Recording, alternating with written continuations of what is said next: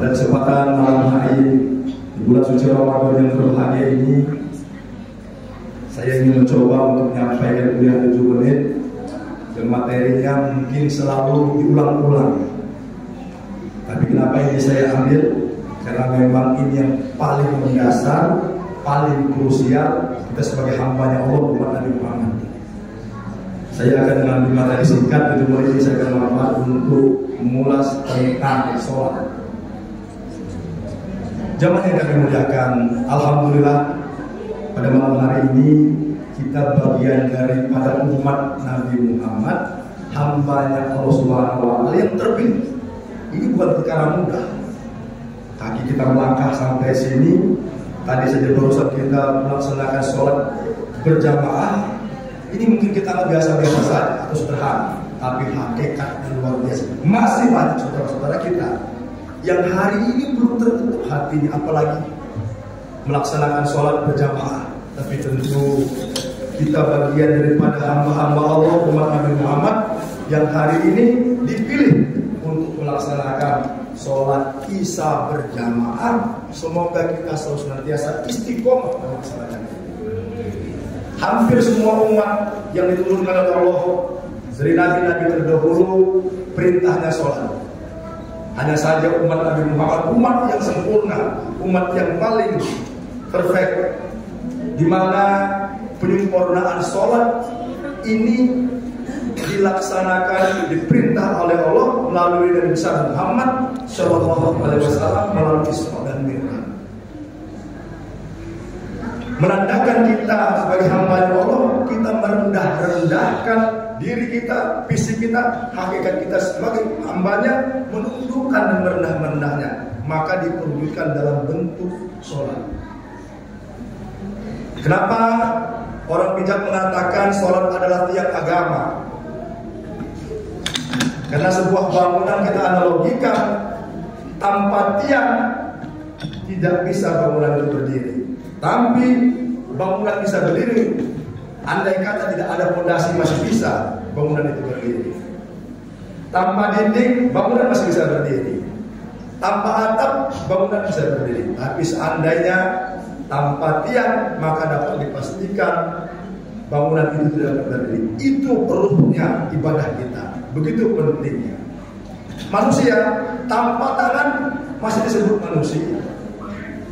Tanpa kaki masih disebut manusia.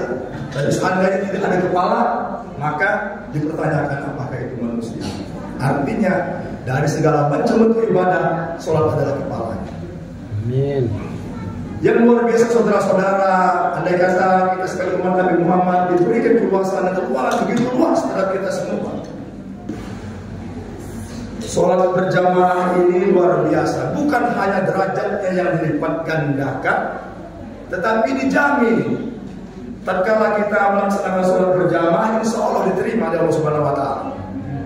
Andai kata imamnya salah, makmumnya benar, insya Allah sholat kita diterima. Atau si makmumnya salah, imamnya benar, insya Allah tetap diterima. Atau dua-duanya salah, insya Allah malaikatnya ikut juga, insya Allah sholat diterima. Oleh karenanya, agar kita tidak ada risiko untuk melaksanakan sholat, mari kita sholat berjamaah sekaligus memakmurkan masjid. Maka penting ini saudara-saudara, karena kita tidak tahu, jangan pernah ambil risiko. Belum tentu bacaan kita benar, belum tentu tajwidnya benar, belum tentu lafaznya benar. Oleh karenanya, jangan pernah ambil risiko. Mari kita makmurkan masjid untuk melaksanakan sholat berjamaah yang insya Allah sholat kita diterima oleh Allah Subhanahu wa Ta'ala. Walaupun sholat ini pun juga belum ada jaminannya kita untuk diterimanya di dalam surganya Allah Subhanahu wa Ta'ala. Ada umat-umat terdahulu ratusan tahun yang menyembah Allah, tapi karena dia sombong, sholatnya tidak diterima, tidak diberi ruang untuk itu. Maka daripada itu, apalagi kalau kita tidak melaksanakan hal yang paling prinsip dalam rangka kita menyembah Allah Subhanahu wa Ta'ala, yaitu sholat. Lagi yang nyata-nyata sholat aja belum tentu ada jaminan kita masuk surga, apalagi kalau kita tidak melaksanakan sholat.